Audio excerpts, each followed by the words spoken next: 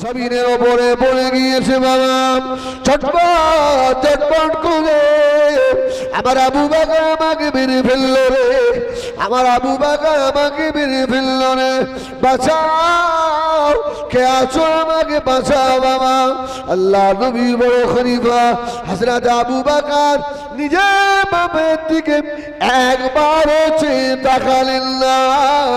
যে বাপকে যে বাপ আমাকে জন্ম দিয়েছে, আমি আমার বাবার থেকেও আল্লাহ রসুলকে বেশি ভালোবাসি। মরে যান, আমার রসুলের বিরুদ্ধে কথা, কোনো আওয়াজ নেই।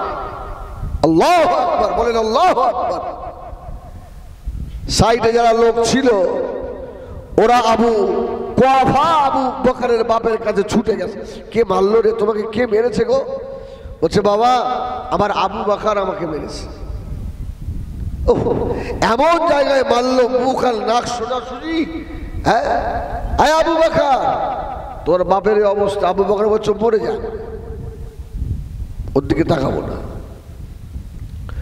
হযরত আবু কুহাফা বলেছিলেন, আমার পাড়া প্রতিবেশীরা, আমার আত্মীয় স্বজনেরা আমাকে একবার আল্লাহর নবী জনাবে মুহাম্মদুর রাসূলুল্লাহ সাল্লাল্লাহু আলাইহি ওয়াসাল্লামের কাছে নিয়ে চলো, আমি হযরতে মুহাম্মদের কাছে বিচার দেব।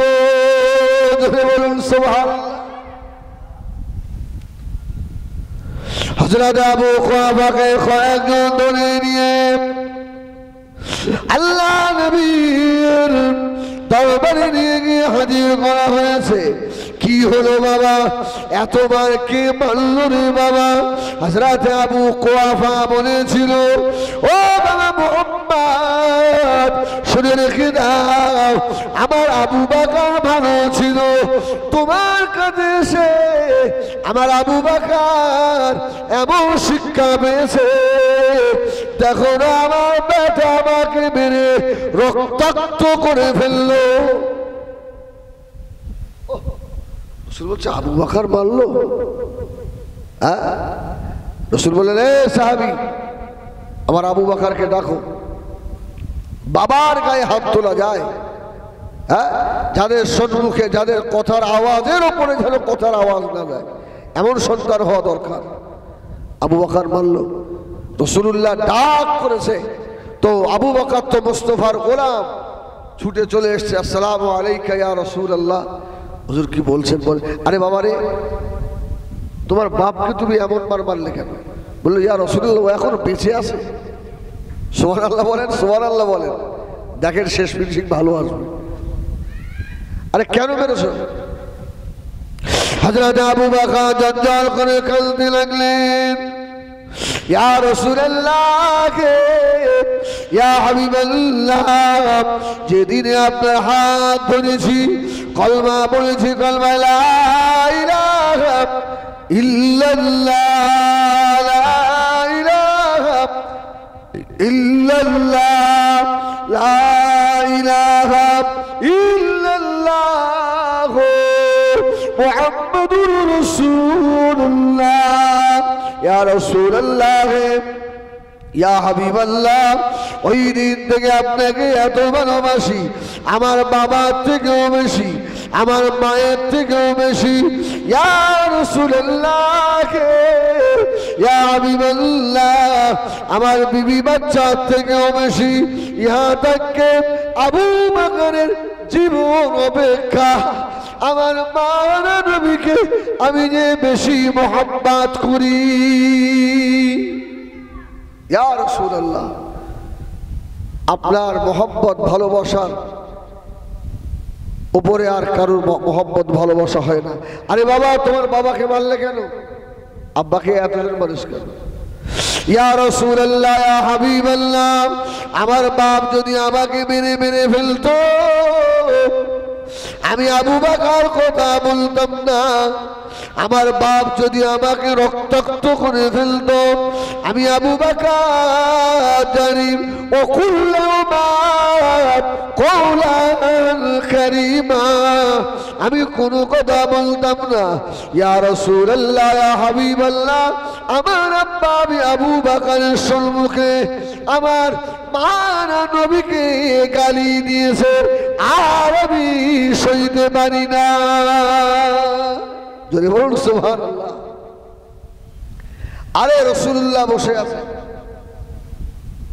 একজন এসে খবর দিল, ইয়া রাসূলুল্লাহ, অমুক সাহাবীর বাড়ি একটা বাদী ছিল, বাদীটা রাত্রে মারা গেছে। রসুল খবর পেয়ে ফজরের নামাজের পরে ওদের বাড়িতে বাদীকে লাশটাকে দেখতে গেছে। রসুল বলল, আরে বাবা রে, একে মারলো কে? কে মেরেছে? তো রসুলের সাহাবী ওই বাড়ি মালিক বলছে, ইয়া রাসূলুল্লাহ, ওকে কেউ মারিনি, আমি নিজে মেরেছি। আরে কেন? আর তুমি জানো না কতলুন ফিল কিসাস, খুনের বদলা খুন, তুমি একে মারলে কেন?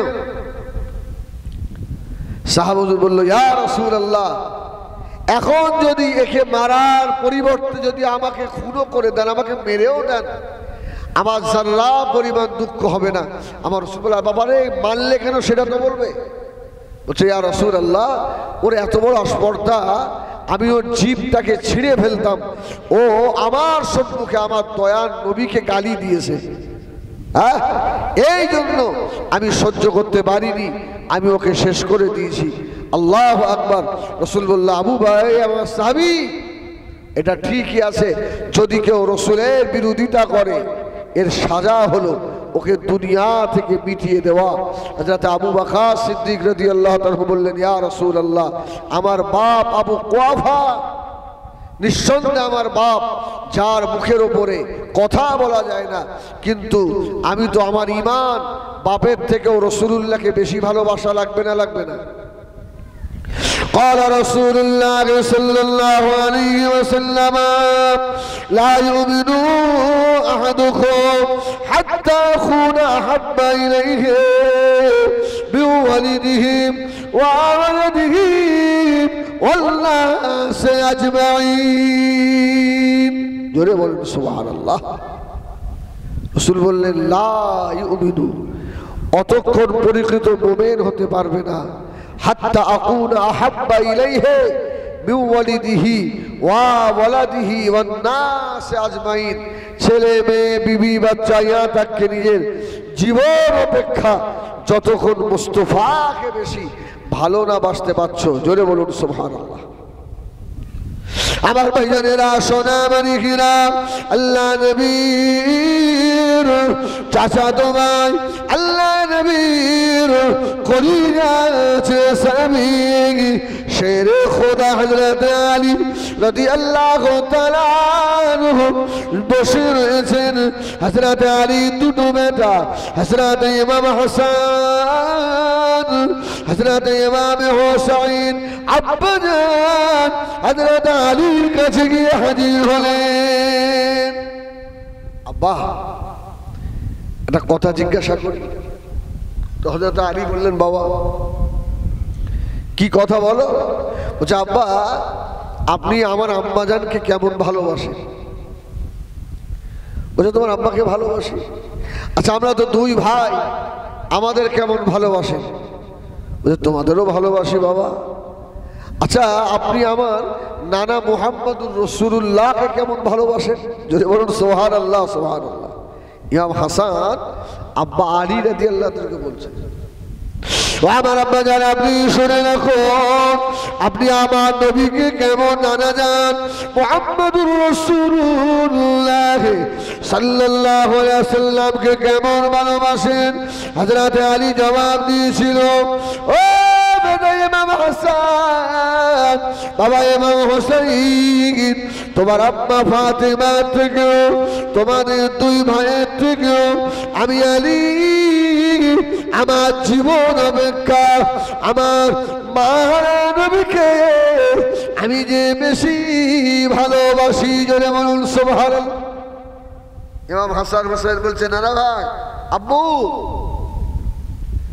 এখন আপনার সম্মুখে আমার মা আছে, আমরা আছি, আর এক্ষুনি যদি নানা মুহাম্মদুর রাসূলুল্লাহ জিহাদের ডাক দেয়, আপনি কি আমাদের ছেড়ে যেতে পারবেন? হযরত আলী বললেন, আল্লাহর দ্বীনকে বাঁচানোর জন্য আর মুহাম্মদুর রাসূলুল্লাহর মহব্বতে আলী এই জান কুরবান করে দিতে দ্বিধা করবে না। জোরে বলুন সুবহানাল্লাহ। আমি তোমাদের থেকেও মুস্তাফাকে আমি বেশি ভালোবাসি। আমার ভাইজানেরা, সোনা মানিকেরা, এই নবী দিবস কায়েম করলেন। কিছু মানুষ অনেক সময় মন্তব্য করে, এরা কেমন নবীরে ভালোবাসে। ও ভাইজানেরা, শুনে রাখুন, আল্লাহ যদি চায় এই নবী দিবস কায়েম করার ওসিলায় আল্লাহ নবীর সুপারিশ শাফাত নসিব হয়ে যাবে। আল্লাহ যদি চায়। ভাই, আমি সেদিনে আমাদের ঘটকপুকুরে একটা জলসা করলাম, এই সপ্তাহখানি আগে। তিনি হাজী সাহেব ছিলেন, মারা গেছেন।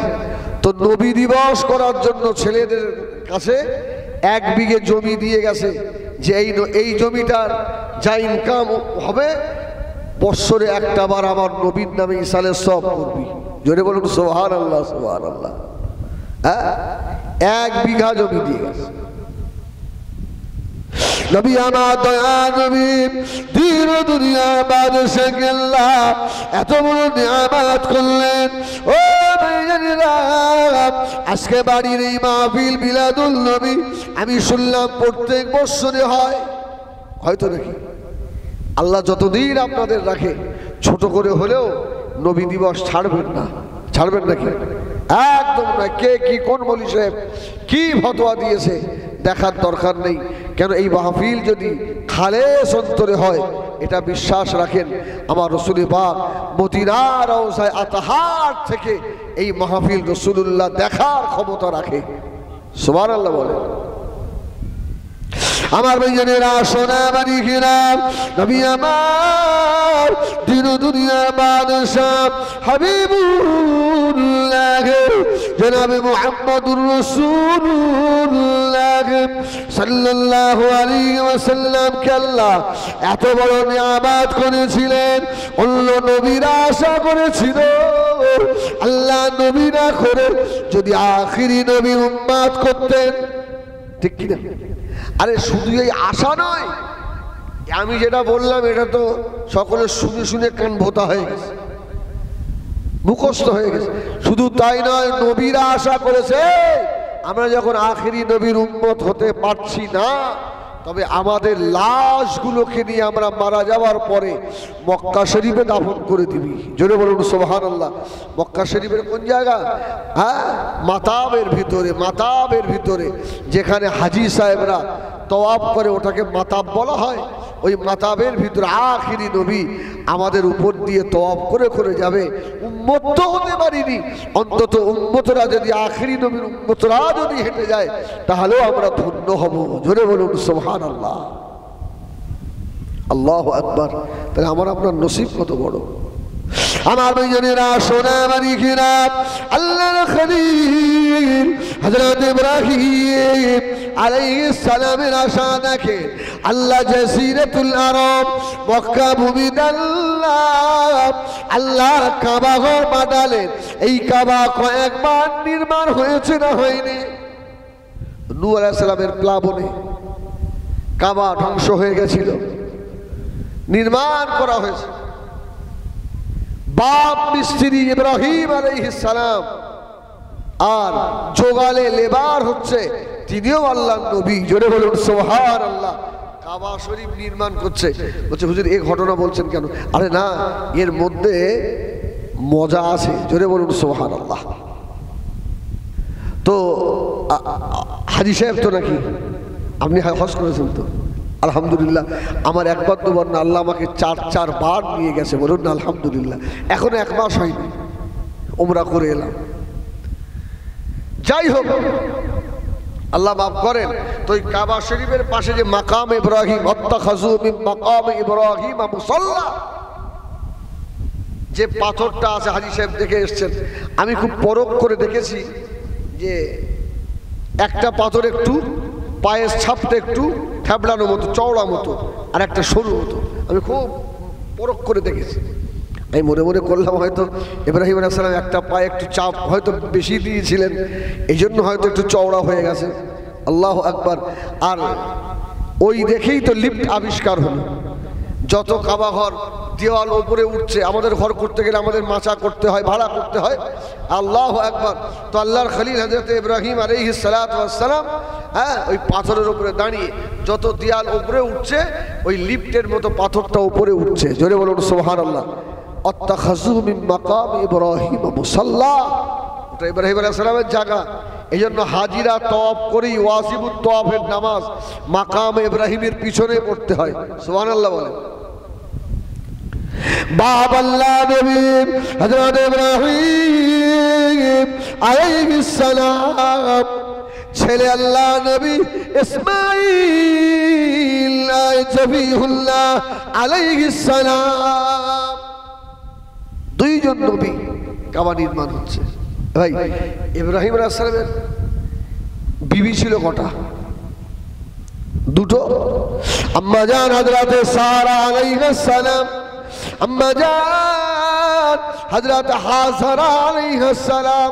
সারার একজন বেটা ছিলেন, তিনি আল্লাহর নবী ছিলেন, নাম হলো আল্লাহর নবী হযরত ইসহাক আলাইহিস সালাম। আর মা হাজরার বেটা ছিলেন ইসমাঈল আলাইহিস সালাম, উনিও নবী। ইতিহাসবিদরা বলেছে ইসহাক নবীর বংশ থেকে ৭০,০০০ নবী এসছে। ক হাজার? ৭০,০০০। আর ওই জায়গা থেকেই বনি ইসরাইল কম শুরু হয়েছে। আর হাজরার একটা বেটা ইসমাঈল জবিহুল্লাহ আলাইহিস সালাম, আল্লাহু আকবার, বাপ বেটায় যখন কাবা শরীফ নির্মাণ হয়ে গেল, তো ইব্রাহিম আলাইহিস সালাম হাত তুলে দোয়া করছে। হ্যাঁ, আল্লাহু আকবার। ওই কাবা শরীফ, وإذ يرفع إبراهيم القواعد من البيت وإسماعيل, সুবহানাল্লাহ বলেন। ওই ঘর তৈরি করছে বাপ বেটায়, আল্লাহ বলছে وإذ يرفع إبراهيم القواعد من البيت وإسماعيل, ঘর তৈরি হয়ে গেল। ও বেজনীরা,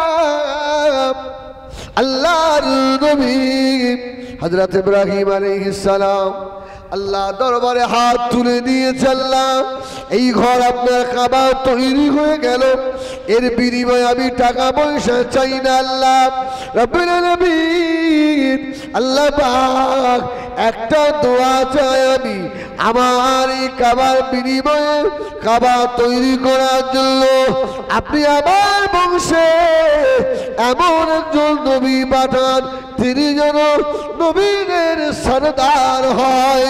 জোরে বলুন সুবহানাল্লাহ। তাহলে ইসহাক নবীর বংশে ৭০,০০০, আর ইসমাঈল নবীর বংশে একটাই নবী, তিনি হলেন মুহাম্মাদুর, এই জোরে বলেন মুহাম্মাদুর রাসূলুল্লাহ। আল্লাহ বললেন ইব্রাহিম, আমি তোমার দোয়াকে মঞ্জুর করলাম। জোরে বলুন সুবহানাল্লাহ।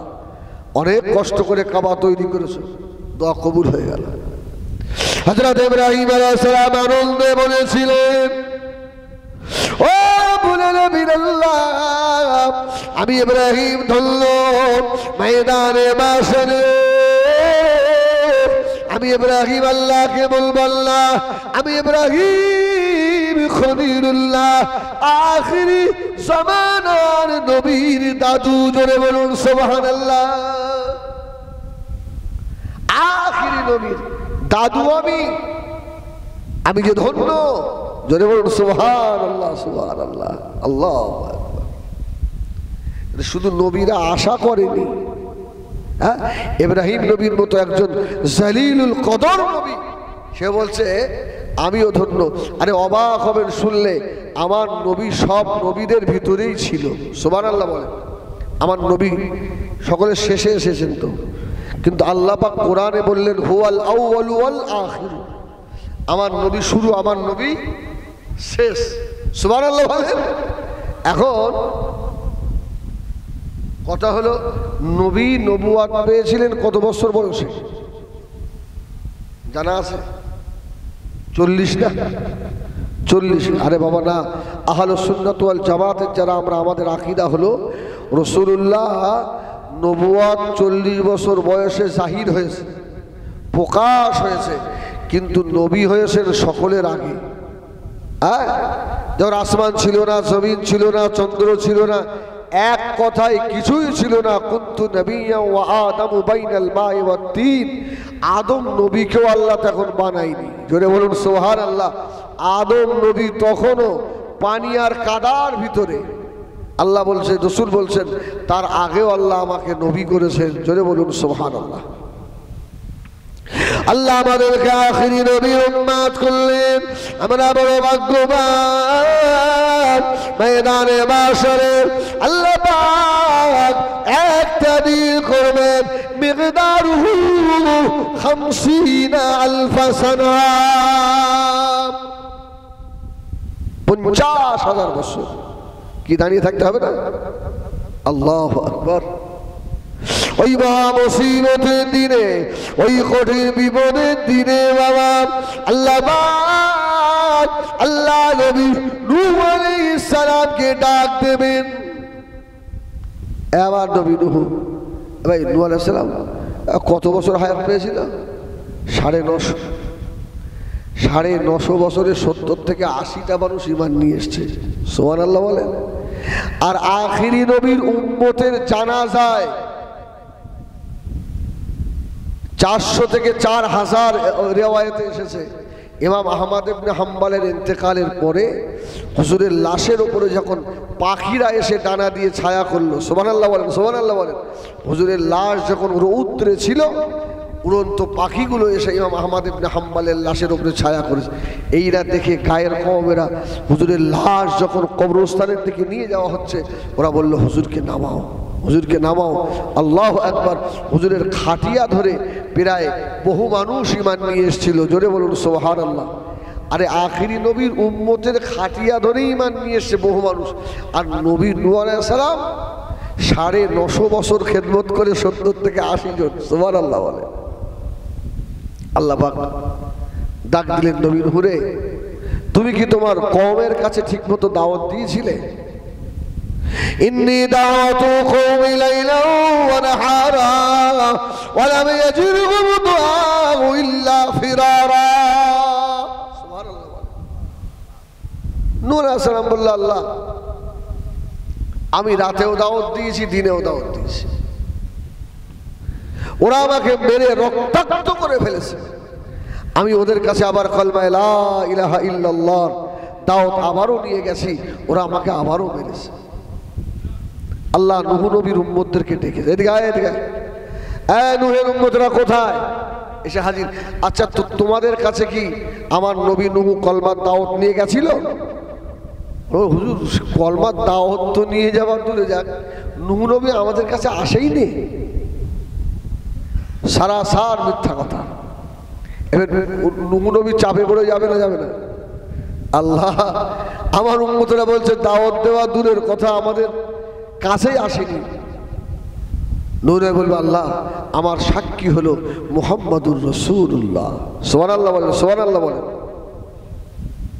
আমার ভাইয়েরা, সোনাবাড়ি খিরাম, নবী আমার দিন ও দুনিয়ার বাদশাহ জনাবে মুহাম্মাদুর রাসূলুল্লাহ সাল্লাল্লাহু আলাইহি ওয়াসাল্লামকে আল্লাহ এত বড় নিয়ামত করলেন। নবী আমার সাক্ষী দেবেন। হাদিস শরীফ প্রমাণ করিয়েছে, আখিরি নবীর উম্মতেরা আমরা নবীকে সাক্ষী দেব। আল্লাহ আমার আপনার নবী সাক্ষীতে নূহ আলাইহিস সালামকে আল্লাহ আর বুঝে নেবেন। জোরে বলুন সুবহানাল্লাহ। সেই নবীর উম্মত আমরা। এই শুধু তাই নয়, এই নবীর খাতিরে আল্লাহ আমাদের ইজ্জত কত দিয়েছে। ময়দানে হাশরে আখিরি নবীর উম্মতদের চেহারা এত উজ্জ্বল হবে। সুবহানাল্লাহ বলেন, সুবহানাল্লাহ বলেন। অন্য নবীরা দেখে ঘাবড়ে যাবে, জানলা ওরা নবী না রসুল না কারা। আল্লাহ বলবেন আরে না, ওরা আমার হাবিবের উম্মত। সুবহানাল্লাহ বলেন, সুবহানাল্লাহ বলেন। ময়দানে হাশরে মাথার উপরে সূর্য আল্লাহ নামিয়ে দেবে, পানির পিপাসায় কলিজা ফেটে যাবে, মানুষ পাগলের মতো দৌড়াবে, দৌড়াচ্ছে, আল্লাহ হিসাব শুরু করে দাও, আল্লাহ হিসাব শুরু করে দাও। ওই সময় আখেরি নবীর উম্মতদের নামাজের জায়গাগুলো দিয়ে আল্লাহ লাইট বার করবে, আলো নূর বার করবে। সুবহানাল্লাহ বলেন। যেমন অ্যাম্বুলেন্স মন্ত্রীদের গাড়িগুলো গেলে সব গাড়িগুলো সাইড করে দেয় না, ওদের ইমার্জেন্সি সাইড করে দিতেই হবে। ময়দানে হাশরে অন্য নবীর উম্মতেরা আখেরি নবীর উম্মতকে দেখে বলবে আহারে এদেরকে আগে সাইড দে, যেতে দে, এদের যেতে দে, এদের হিসাব না হলে আমাদের হচ্ছে না। সুবহানাল্লাহ বলেন, সুবহানাল্লাহ বলেন। আমাকে আপনাকে দেখে অন্য নবীর উম্মতেরাও সাইড দেবে, এটা আমার রসুলের খাতিরে। আর সেই নবীর নবী দিবস করা হারাম হয়, জন্মদিবস। ওরা এত বড় বদ, আপনার মাথাটাকে ব্রেনটাকে কিভাবে অস করছে জানেন? আচ্ছা বলেন, নবী তো এসেছিল 12ই রবিউল আউয়াল, আমার ওয়াজ আপনাদের বুঝে আসছে, কিন্তু সময় নেই, ইতাই 5 মিনিট বেশি হয়ে গেছে। মুন্সিরহাটে আমার জলসা আছে, 10:30টায় উঠতে। আমি আব্দুল আলিমকে বলছিলাম যে সময় একদম শর্ট হয়ে গেল। আল্লাহু আকবার। ভাই ওরা বলে যে নবী এসেছিলেন 12ই রবিউল আউয়াল, আবার নবীর উফাত 12ই রবিউল আউয়াল। তাহলে তোমরা রসুলকে এত ভালোবাসো, ব্যানারে লেখো ঈদে মিলাদুন নবী 12ই রবিউল আউয়াল, তোমরা তো ওখানে একবারও লিখলে না 12ই রবিউল আউয়াল রসুলে পাকের উফাত দিবস। দেখলে তো, ওরা নবীর মৃত্যুটা মানে না, ব্যাস আপনার ব্রেনে ঢুকিয়ে দিল। সত্যিই তো তাই। আর এখন সব থেকে বেশি ক্ষতি করছে এই যে মোবাইল, নেটে যাওয়া শুনছে না। এখন ও হালে সুন্নাত ওয়াল জামাতের আকীদার আলেম না লা মযহাবি না অন্য কোনো দল, এ তো বোঝার ক্ষমতা নেই। ওখান থেকে ও বলে দিল, আরে যুবক ছেলে শুনুন, সত্যিই তো যুক্তির কথা, তো তাই তো নবী দিবস করা যাবে না। যেই মসজিদ কমিটি বলছে বাবা মসজিদে নবী দিবস হবে, বসবেন মিটিং, বেদাত বেদাত, চলবে না বেদাত। তোমার তো সে এলেম নেই, তোমাকে ওই আলেমটাকে চিনতে গেলে ওই ওয়াজটা নেট ধরে নিয়ে গিয়ে মসজিদের ইমামকে দেখাতে হবে যে হুজুর এটা কি আমাদের আহলে সুন্নাত ওয়াল জামাতের আলেম না অন্য কোনো মতপথের মাসলাকের আলেম। এত সেটা বোঝে না। ওই হাফ শার্ট গায়ে দিয়ে এখন কিছু ছেলে নামাজ পড়ছে না, মাথায় টুপি না দিয়েও নামাজ পড়ছে না, হ্যাঁ, পায়রা ফাঁকা করে দিয়ে। হ্যাঁ শালা, আমি এক জায়গায় গেছি যে আমার পার উপরে ছেড়ে মেরেছি লাথ, তুই পা দিবি কেন? এবার যে ঘুরে মানে একটু চড়া কথা হয়ে গেছে, ও আমাকে বলছে হুজুর আমার পায়ে মারলেন কেন? বলি এই পাটার দাম জানিস? তুই যে আমার পায়ের ওপরে পা দিলি, এই পাটার দাম জানিস? এই পাটা মক্কা আর মদিনা ঘুরেছে, শয়তান কোথাকার। আর তুই আমার পায়ের ওপরে পা দিচ্ছিস, উদ্দেশ্য ওঠা নয়, ওকে একটু চাপে ফেলা। আল্লাহ এদের মত। আমার ভাইয়েরা সোনা মানিকেরা, আল্লাহ মা কোরআনে জানালেন ওমা মুহাম্মাদুর ইল্লা রাসূল কদ খালাত মিন ক্বাবলিহির রাসূল। অন্য নবীরা যেমন দুনিয়া থেকে ইন্তেকাল হয়েছিল, আমার নবীও তো ইন্তেকাল হয়েছে, এটা আমাদের ঈমান। নবীর মৃত্যু হয়েছিল, কি হয়নি? অবশ্যই হয়েছে। ইন্নাকা মাইয়িতুন ওয়া ইন্নাহুম মাইয়িতুন, মরতে সকলকেই হবে। রসুলেরও মৃত্যু হয়েছিল, তবে আমার আপনার নবীর ভিতরে মৃত্যুর পরেই আল্লাহ আবার রূহ দিয়ে দিয়েছিলেন। সুবহানাল্লাহ। আমরা আহলে সুন্নাত ওয়াল জামাতের মানুষ, আমাদের আকীদা মদিনা রওজায়ে আতহারে আমার রসুল সশরীরে হায়াতুন নবী জিন্দা রয়েছে। জোরে বলুন, জোরে বলবেন না সুবহানাল্লাহ। এই জন্যই তো আমরা উফাতুন নবী লিখি না। আমাদের নবী তো মরা নয়, তা আমরা ওখানে উফাতুন নবী লিখবো কেন? আমার নবী তো জিন্দা জীবিত, এই জন্যই আমরা নবী দিবস পালন করি, উফাতুন নবী পালন করি না। যদি বলুন সুবহানাল্লাহ। মাথায় ঢোকান, এইভাবে আপনাকে শেষ করে ফেলবে তো ওরা। ওরা কি মুজাদ্দেদে জামানের থেকেও ভালো বুঝতেন? ওরা কি ইমামে আজম আবু হানিফার থেকেও ভালো বোঝে? ওরা কি আল্লামা জালালউদ্দিন সিউতির থেকে ভালো বোঝে? ওরা কি আব্দুল হক মুহাদ্দিস দেহলভীর থেকেও ভালো বোঝে? আল্লাহু আকবার। আল্লাহ নবী আলাইহিস সালাম বললেন, আল্লাহ বললেন ইন্নাল্লাহ, নবী বলছেন ইন্নাল্লাহ হারামা আলাল আরদে আন তাখুলা আজসাদাল আম্বিয়া। সুবহানাল্লাহ। নবীদের লাশ কবর খাবে, মাটি খাবে? दूसरा हदीस अल्लाह नबी फरमाते قال رسول الله صلى الله عليه وسلم الانبياء يحيون على قبورهم فيصلون। আল্লাহ নবী আলাইহিস সালাম গনেরা কবরের ভিতরে নামাজ আদায় করে।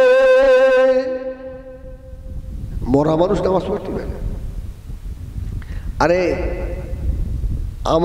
আমরা মারা গেলাম তো আমাদের ইবাদত বন্ধ হয়ে গেল কি? শুধু তিনটা আমল জারি থাকে, সদকা জারিয়া, এছাড়া কবরে নামাজ পড়তে হবে, রোজা হজ রাখতে হবে, করতে হবে, কিছু করতে হবে না, সব শেষ। কিন্তু নবীদের ছাড় নেই, নবীদের কবরেও নামাজ পড়া লাগে।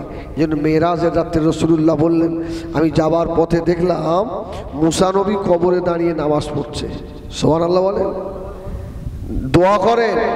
এবছরে আবার নিয়ত করেছি আপনার জেরুজালেম ইরাক যাব, যদি কেউ যেতে চান আমার সঙ্গে যোগাযোগ করবেন। হ্যাঁ হ্যাঁ, জেরুজালেমে ওই বাইতুল মুকাদ্দাসের পাশে মুসা নবীর মাজার, বহু নবী আলাইহিমুস সালামরা শুয়ে আছে। আল্লাহ তো বহুবার মক্কা শরীফ নিয়ে গেল, একবার বড় পীর সাহেবের কবরটা জিয়ারত করে আসি। একবার ইমামে আজম আবু হানিফার কাছে যাই, যার মাসলাকের মানুষ। সুবহানাল্লাহ বলেন। নিয়ত রেখেছি আল্লাহ যদি নিয়ে যান, কি হবে? টাকা সব তো রেখে সব চলে। এই দিন হলো আমার আব্বা চলে গেল, সব বাচ্চাদের মানুষ করে আজ কবরে পড়ে এসেছে। আমার ভাই না, সে আব্দুল আলিম কোথায় গেল? 10টা 15 হয়ে গেল।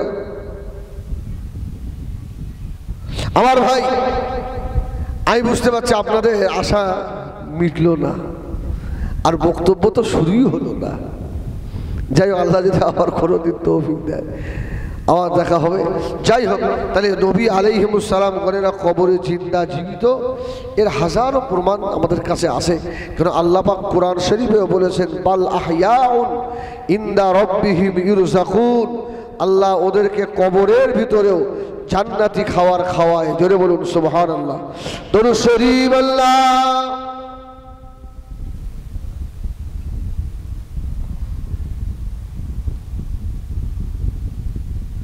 জোরে জোরে দরুদ শরীফটা পড়েন, অন্তত কিচ্ছু না করেন, দরুদ শরীফটা পড়েন।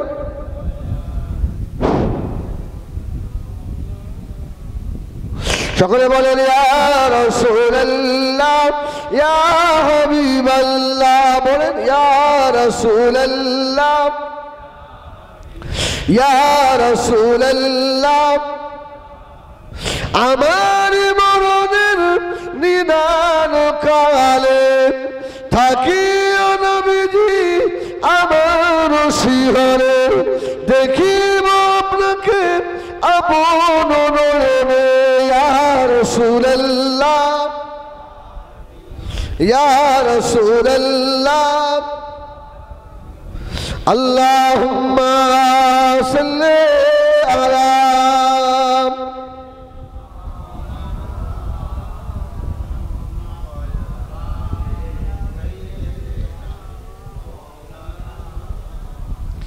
আমার দিনদার ইমানদার ভাইরা, তো রাসূল পাক সাল্লাল্লাহু আলাইহি ওয়াসাল্লামের মুহাব্বত, ভালোবাসা দুনিয়ার সব থেকে বেশি রসুলকেই ভালোবাসতে হবে। ঠিক কিনা ভুল বলেন? আরে আমি বলি, সে বললে কি হবে? আমার ছেলের থেকেও কি আমি আমার নবীকে বেশি ভালোবাসতে পেরেছি? নিজের বুকে হাত দিয়ে দেখি না। হ্যাঁ, আমি আমার স্ত্রীর থেকে কি আমার নবীকে বেশি ভালোবাসতে পেরেছি? আরে আমার স্ত্রী, আমার ছেলে, আমার সংসারে, আমার পরিবারের কারোর যদি কেউ যদি অসুস্থ হয়, হাসপাতালে ভর্তি থাকে, আমাদের মেজাজ ঠিক থাকে, মাথা খারাপ থাকে, আমাদের জন্য আমরা কাঁদি। কিন্তু আমার সেই ফ্যামিলিতে নামাজ নেই, রোজা নেই, সুন্নত সারাসার সব শেষ হয়ে যাচ্ছে, একটা দিন কি আপনার দুঃখ হয়েছে বলেন? বলিস আজকে আমার ফ্যামিলি, আমি ফ্যামিলি মেম্বার, আমি নেতা আমার বাড়ির, কিন্তু আমার নাতি, আমার পোতা, আমার ছেলে, আমার ভাই বেনামাজি, সুন্নাত থেকে দূরে, এর জন্য আপনার চোখে একদিনও পানি আসেনি? আপনার একদিনও দুঃখ হয়নি? তাহলে আমরা কি রসুলকে বেশি ভালোবাসি না আমাদের বিবি বাচ্চাকে বেশি ভালোবাসি? এদের জন্য আপনি কাঁদেন, রসুলের জন্য আপনার চোখে পানি আসে না। সেদিনে ময়দানে মাশরে জবাব দেওয়া লাগবে বাবা। আল্লাহ পাক আমার আপনার নবী, দয়ার নবীকে আল্লাহ রাহমাতাল লিল আলামিন করেছেন। আল্লাহ বললেন ওয়া মা আরসালনাকা ইল্লা রাহমাতাল লিল আলামিন। রাসূলের শান দেখেন। এ ভাই, আল্লাহ পাক নিজের জন্য যে শব্দ ব্যবহার করেছেন তার হাবিবের জন্য একই শব্দ ব্যবহার করেছেন। সুবহানাল্লাহ বলেন। আলহামদুলিল্লাহ রাব্বিল, জোরে বলেন আলহামদুলিল্লাহ রাব্বিল আলামিন। আর নবীকে নবীর শানে বললেন রাহমাতাল লিল আলামিন। সুবহানাল্লাহ বলেন, সুবহানাল্লাহ বলেন। পৃথিবীতে নবী এসেছিল অনেক, সমস্ত নবীদের একটা একটা এরিয়া, ব্যাসেস নবী একটা এরিয়া নবীদের ভাগ ছিল। আর আমার নবীকে আল্লাহ রব্বুল আলামিনের এরিয়া যতটা, রহমাতাল্লিল আলামিনেরও এরিয়া অতটাই। সুবহানাল্লাহ, সুবহানাল্লাহ। আমার নবী শুধু কি রহমাতাল্লিল আলামিন শুধু কি মানুষের জন্য, গাছের জন্য রহমত নয়, মাছের জন্য রহমত নয়, পাহাড়ের জন্য রাসূলুল্লাহ রহমত নয়। সুবহানাল্লাহ, সুবহানাল্লাহ। ওয়া বাবাইজানেরা, সোনা মানিকেরা, নবী আমার দিন দুনিয়া বাদশাহ হাবিবুল্লাহ জনাবে মুহাম্মদুর রাসূলুল্লাহ সাল্লাল্লাহু আলাইহি ওয়াসাল্লাম নবী আমার উহুদে পাহাড়ের সম্মুখে গিয়ে দাঁড়ালেন। আল্লাহ নবী বললেন সাহাবীরা, এই উহুদের পাহাড় কি তোমরা চেনো? ইয়া রাসূলুল্লাহ। ও আমার ভাইজানেরা, পাহাড়ের জীবন আছে নাকি? পাহাড়ের জীবন আছে? এই গাছের জীবন আছে তো, গাছের জীবন আছে। পাহাড় কথা বলতে পারে, পাহাড় হাঁটা চলা করতে পারে। আল্লাহু আকবার। নবী কেমন রহমত দেখেন। তার আগে একটু বলে দিই, কোনো মানুষের সঙ্গে প্রেম ভালোবাসা করতে গেলে ভাই তার সঙ্গে আগে আলাপ করতে হবে না? হবে না? হ্যাঁ, মানে আলাপ কুশল না হলে প্রেম ভালোবাসা হয় না। আমার রসুল পাহাড়ের ভাষা বুঝতেন, আর পাহাড়ও আমার রসুলের ভাষা বুঝতেন। সুবহানাল্লাহ, সুবহানাল্লাহ। নবী শুধু আমাদের নবী, আর শয়তানগুলো বলছে আমাদের মতো। ওর কথা ওর বউ শোনে না, কি ওর কথা ওর যুবক ছেলে নেয় না, আর রসুলের কথা পাহাড় শোনে। বুখারী মুসলিমে হাদিস, নবী আমার ওদের পাহাড়ের উপরে গিয়ে দাঁড়ালেন। ওদের পাহাড় কাঁপছে। জোরে বলুন সুবহানাল্লাহ। আচ্ছা, পাহাড়ের উপরে যদি 4 জন মানুষ ওঠে, পাহাড় কাঁপবে? 4000 মানুষ, 4 লাখ মানুষ, পাহাড় কাঁপবে না তো? শুধু পাহাড়ের উপরে 4 জন উঠেছে। রাসূলুল্লাহ উঠেছেন, আবু বকর, ওমর, ওসমান। সুবহানাল্লাহ বলেন। পাহাড় কাঁপছে। আরে পাহাড় তো কাঁপা জিনিস নয়। আল্লাহ কোরআনে বললেন ওয়াল জিবালা আওতাদা, পাহাড়গুলোকে আল্লাহ জমিনের পেরেক করেছে। সুবহানাল্লাহ বলবেন না? পাহাড়গুলো জমিনের পেরেক, খুঁটি। পাহাড় আছে বলে জমিন আছে। যেদিন পাহাড় কেঁপে যাবে, সরে যাবে, আল্লাহ পাক যেদিন তুলার মতো উড়িয়ে দেবে। আল কারিয়াতু মাল কারিয়া ওয়া মা আদরাকা মাল কারিয়া ইয়াওমা ইয়াকুনুন নাসু কাল ফারাশিল মাবসুস ওয়া তাকুনুল জিবালু কাল হিদিল মানফুস। পাহাড়গুলো তুলার মতো উড়বে, এ জমিন ভারসাম্য হারিয়ে ফেলবে। তখন উলট পালট হয়ে যাবে, সব ফানা হয়ে যাবে। কুল্লু মান আলাইহা ফান, সব আল্লাহ শেষ করে দেবে। তো পাহাড় কাঁপছে। আমার রাসূল বললেন, এ উহুদ, তুই কি ভুলে গেছিস তোর উপরে একজন নবী দাঁড়িয়ে রয়েছে, সুবহানাল্লাহ বলেন, সুবহানাল্লাহ বলেন। তোর উপরে একজন সিদ্দিক দাঁড়িয়ে রয়েছে, আমার আবু বকর। তোর উপরে দুইজন শহীদান দাঁড়িয়ে রয়েছে, একটা শহীদ আমার ওমর আর এক শহীদ আমার ওসমান। জোরে বলুন সুবহানাল্লাহ। রসুলের কথা পাহাড়ও বোঝে, পাহাড় স্থির হয়ে গেল। সুবহানাল্লাহ বলেন না? হাজী সাহেব জিজ্ঞাসা করেন, ওহদের ময়দানে, ওহদের পাহাড়ে এখনো দুটো ভাগ আছে। ওহদের পাহাড়টা মদিনা মসজিদ নববী শরীফ থেকে বেশি দূরে নয়, 2.5 থেকে 3 কিলোমিটার দূর। তাই তো হাজী সাহেব, মসজিদে নববী থেকে প্রায় 2.5 থেকে 3 কিলোমিটার ওহদ পাহাড়।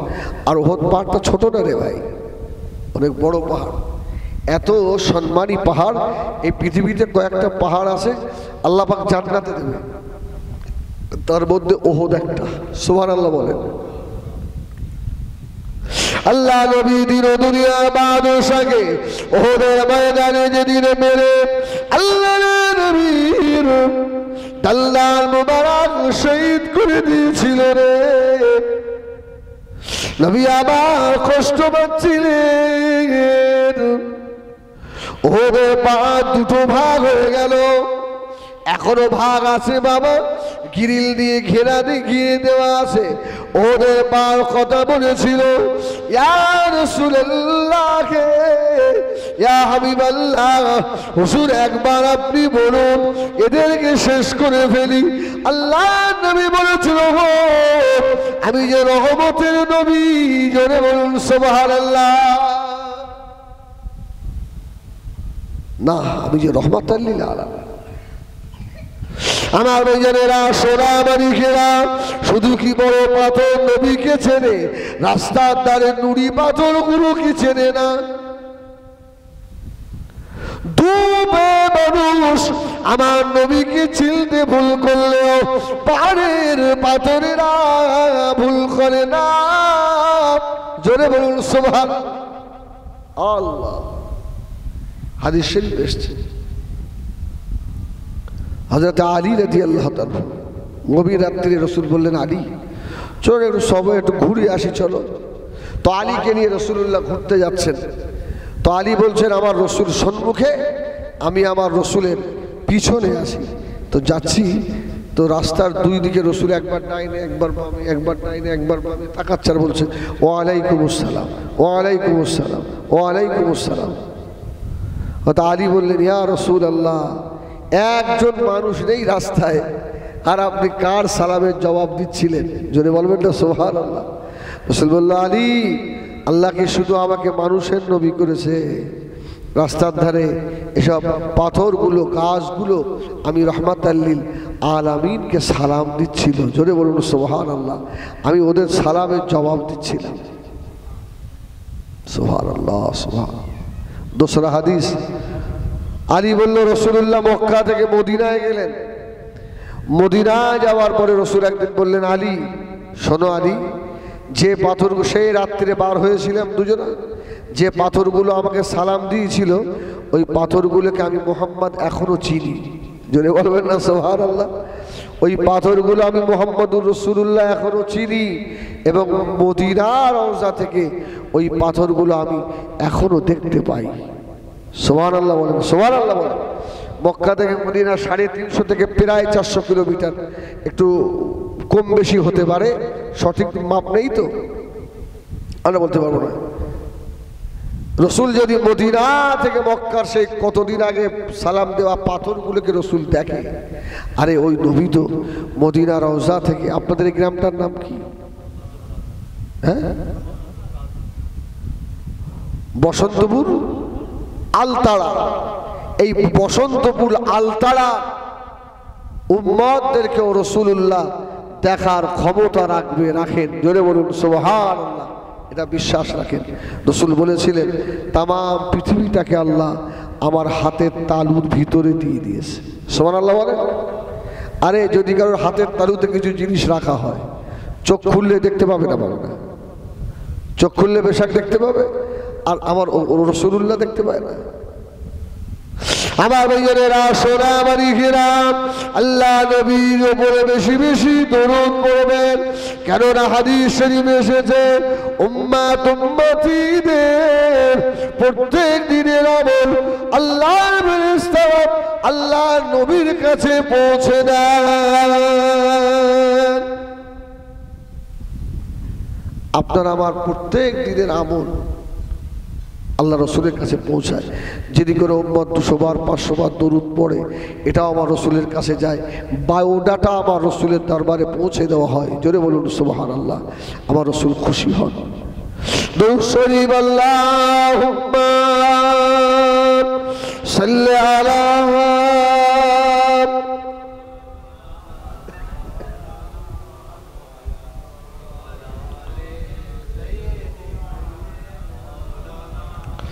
আল্লাহুম্মা সাল্লি আলা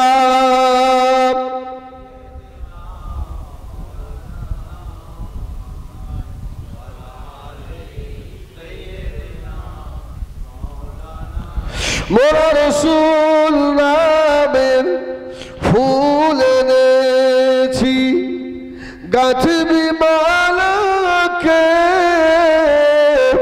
ওই মালা দিয়ে রাখবি বেঁধে আল্লাহ তাআলাকে। আল্লাহুম্মা, জোরে জোরে বলে, এতগুলো মানুষ জোরে বল।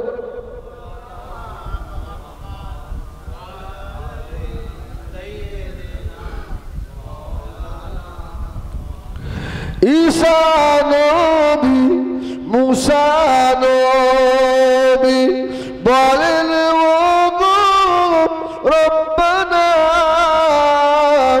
নবী না করে আখিরি নবী উম্মত কেন করলে না। আল্লাহুম্মা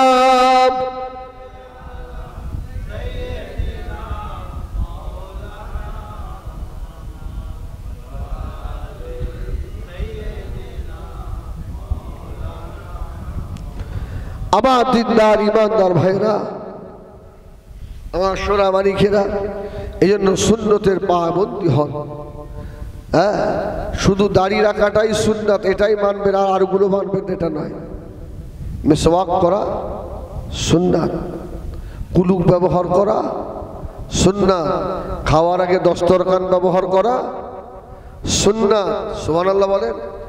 এক পা তুলে বসে খাওয়া সুন্নাত, সুন্নতের ধার ধারে না। হ্যাঁ, নবীর সুপারিশের আশা করছেন বলেন। হ্যাঁ, রাস্তায় যাওয়ার সময় মাথা হ্যাট করে যাওয়ার সুন্নাত। সাহাবীরা বলছে রাসূলুল্লাহ যখন রাস্তায় যেতেন আমাদের মনে হতো রাস্তায় কোনো জিনিস হয়তো হারিয়ে গেছে, রাসূলুল্লাহ খুঁজতে খুঁজতে যাচ্ছেন। সুবহানাল্লাহ বলেন। সাহাবীরা বলতেন যেন রাসূল খুঁজতে খুঁজতে যাচ্ছেন এটা মনে হতো। আর আমরা তো রাস্তাতে গেলে এদিকে ওদিকে ধাক্কা মেরে দিলাম, কি একবার এদিকে একবার ওদিকে তাকাই। আল্লাহু আকবার, আল্লাহু আকবার। আমার ভাই, হ্যাঁ, প্রত্যেক কদমে কদমে সুন্নাত আছে না নেই? হ্যাঁ, এবারে যতটা মানা যায় আর কি, সবটা তো আমাদের দ্বারা সম্ভব নয়, তবে চেষ্টা করা, সুন্নত ছেড়ে না দেওয়া। আর যে যত বেশি সুন্নতের আমল করবে রসুলের মহব্বত ততটা বেশি পাবে। সুবহানাল্লাহ বলেন। যে যত বেশি সুন্নতের আমল করবে সে রসুলুল্লাহ দিদার তার নসিব হবে। মিসওয়াক কিন্তু একটা বড় সুন্নাত। ভাই, আজকে একটা হাদিসে দেখছিলাম রসুলুল্লাহ রাত্রিরে শোয়ার সময় দুটো জিনিস রসুলের কাছে থাকতো। কেউ বলতে পারবেন কি? আসেন মানুষ আসেন, আমার দিকে মানুষে আসছে। শেষ কথা। আরে রসুলুল্লাহ রাত্রিরে শোয়ার সময় রসুলের কাছে দুটো জিনিস থাকতো, আর আমাদের কাছে কি থাকে? বিড়ি, মেসেজ, কি একটা মোবাইল ফোন, টর্চ লাইট। হ্যাঁ, আর আবার নবীর কাছে কি থাকতো জানেন? রসুলের বালিশের পাশে মিসওয়াক থাকতো। সুবহানাল্লাহ বলেন, সুবহানাল্লাহ বলেন। আরে রসুলুল্লাহর বালিশের পাশে মিসওয়াক থাকতো। রসুলের জন্য তাহাজ্জুদের নামাজ ফরজ ছিল। রসুল লোটা করে তাহাজ্জুদের ওযু করার জন্য এক লোটা পানি কাছে রেখে দিতেন। সুবহানাল্লাহ বলেন। অনেক রিওয়ায়াতে আসছে রসুল এশার আগে খেয়ে নিতেন, এশার পরে আর সময় দিতেন না। রসুল শেষ রাতে মধ্যরাতে উঠে পড়তেন। অনেক কথা, আর এটা 1 ঘন্টা মতো বললাম। আমার ভাই, আল্লাহ কোনোদিন সুযোগ সময় দিলে আবার কথাবার্তা হবে ইনশাআল্লাহ। বলুন ইনশাআল্লাহ।